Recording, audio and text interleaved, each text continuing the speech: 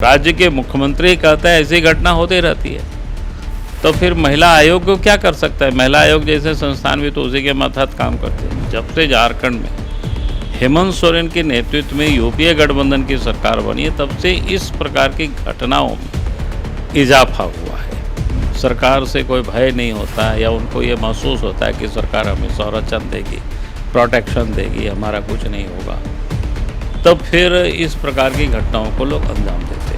इसलिए उसका एक ही इलाज है, ऐसी सरकार को हमें इस राज्य से विदा करने में राज्य की भलाई। झारखंड में लगातार महिलाओं के ऊपर अत्याचार बढ़ रहे हैं। एक नया ताज़ा तरीन मामला अभी खूंटी से आया है।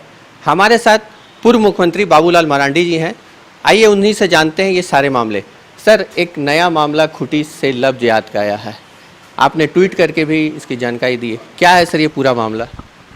देखिए, पूरा मामला तो मुझे लगता है कि वहाँ तक हम गए नहीं। हमारे यहाँ तक जितनी जो खबर आई है कि एक समुदाय विशेष के लड़का ने एक लड़की के साथ जो सामान्य तौर पर होता है, प्यार से नहीं, अपने प्रेम जाल में फंसाना, फिर शारीरिक संबंध बनाना, दुष्कर्म करना, और फिर जब गर्भवती बच्चे हो जाए और फिर शादी की दबाव डालना, तो फिर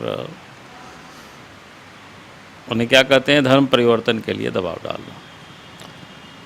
तो ये बिल्कुल लगता है कि लव हो ही नहीं सकता है जब इस प्रकार की जहाँ दबाव होता है, इस प्रकार की जब समस्या सामने बातें आती है, तो लगता है कि इसका मतलब एक बड़ी सोची समझी रणनीति के तहत इस प्रकार के काम हो रहे हैं देश के अंदर में, और ख़ास करके झारखंड में। और जब से झारखंड में हेमंत सोरेन के नेतृत्व में यूपीए गठबंधन की सरकार बनी है, तब से इस प्रकार की घटनाओं में इजाफा हुआ है।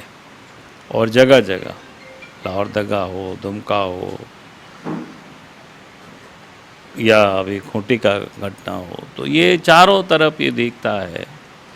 तो हमें लगता है कि मामला ये बड़ा गंभीर है, और इसकी गंभीरता को देखते हुए इस पूरे मामलों की कोई निष्पक्ष और कोई बड़े एजेंसी से इसको जांच करानी चाहिए। सर, क्या लगता है सर, आखिर किस कारण है कि ऐसा लगातार बढ़ते जा रहा है और सरकार मौन है इस सारे विषयों पर?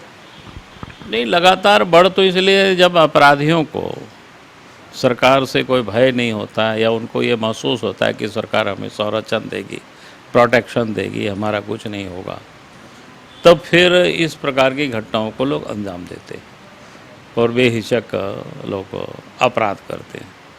तो झारखंड में कुल मिलाकर के इन 2 वर्षों में, 2.5 वर्षों में यही सब होते रहा। अगर शुरू के दिन आप देखें, कोरोना काल में भी क्या हुआ, वर्ग विशेष के लोग हंगामा करते रहे, फिर उनको प्रोटेक्शन मिलती रही।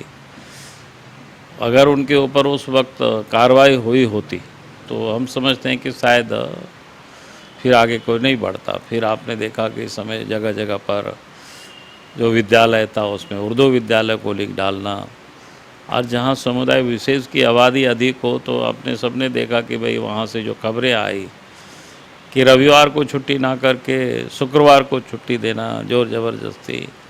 तो ये जो पूरे घटनाक्रम है, तो ये तभी हो सकता है जब इस प्रकार की काम करने की कोई हिम्मत दिखावे। अब जैसे मैं लोगों से कहता हूँ कि भाई संडे को छुट्टी आज से नहीं, वर्षों से हो रही है, तो किसी भी हिंदू ने नहीं कहा।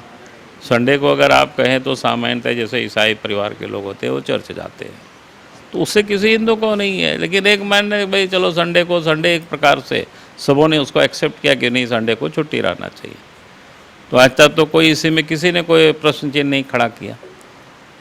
लेकिन अगर आपने देखा कि उन इलाकों में, उन सारे विद्यालयों में, ठीक है, अगर आप उस दिन नहीं जाए तो बच्चे नहीं जाए, मास्टर तो जाके वहाँ बैठ सकता है, लेकिन ज़बरदस्ती अगर उसको ताला लगा देना, तो लगता है कि इस प्रकार की जो मानसिकता है, उस मानसिकता को हेमंत सोरेन की सरकार में एक प्रकार से बढ़ावा मिली है। उनको अपने आप को वो सुरक्षित महसूस किया है, तभी वो लड़कियों के साथ इस प्रकार की दुष्कर्म की घटना, इस प्रकार की धर्मांतरित करने की जो घटनाएं आ रही है, तो ये सारे मामला इसी के साथ जुड़ा हुआ है, नहीं तो ऐसा हो ही नहीं सकता है।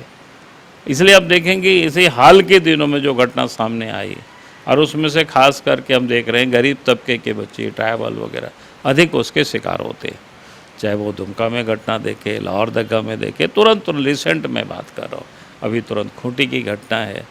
तो ये सारे जो दिखाई पड़ रहे, इसलिए हमने कहा कि भाई इस प्रकार के तत्व है उनको हमें चिन्हित करने की ज़रूरत है। इस प्रकार के विचार जो पनपता है वो भी गलत है।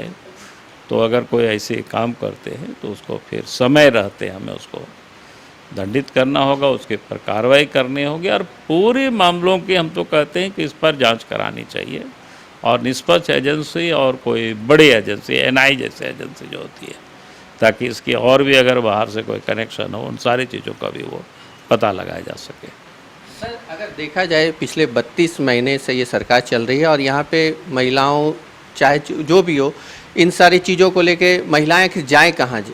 क्योंकि ना महिला आयोग में अध्यक्ष हैं, तो ये सारी चीज़ें उठाएंगे लोग कहाँ पे हैं? नहीं, महिला आयोग में अध्यक्ष नहीं, वो तो एक पार्ट है और उठा के भी क्या करेंगे जब राज्य के मुख्यमंत्री कहते हैं ऐसी घटना होते ही रहता है। दुमका की घटना के बारे में कहा भाई, जिस नाबालिग बच्चे के साथ दुष्कर्म होता है, बच्ची गर्भवती हो जाती है और इसको मार करके उनको पेड़ में टांग दिया जाता है, फिर उसको आत्महत्या का रूप दिया जाता है।